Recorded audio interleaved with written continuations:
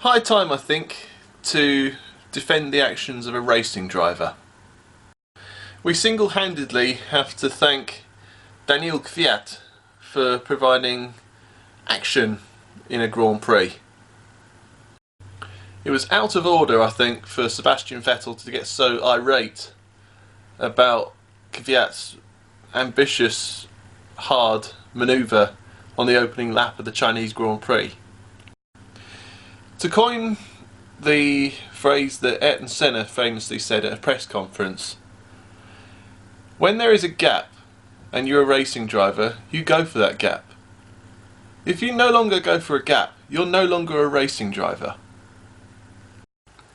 Lately, Formula One has been criticised, quite rightly, for having racing that's not interesting. Boring, in other words.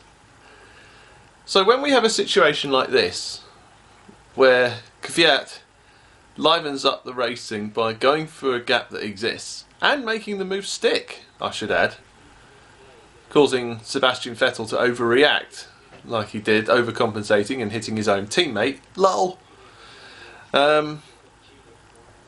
Yeah, that sort of thing should be praised. How was he to know what Vettel was doing? Vettel just overcompensated. Vettel made the mistake, not Kvyat.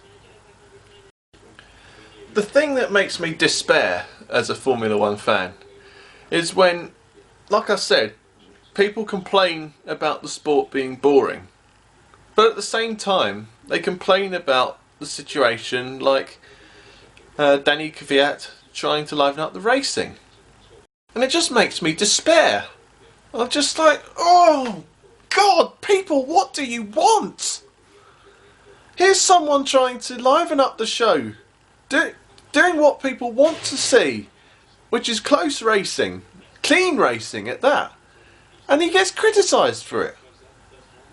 Ludicrous.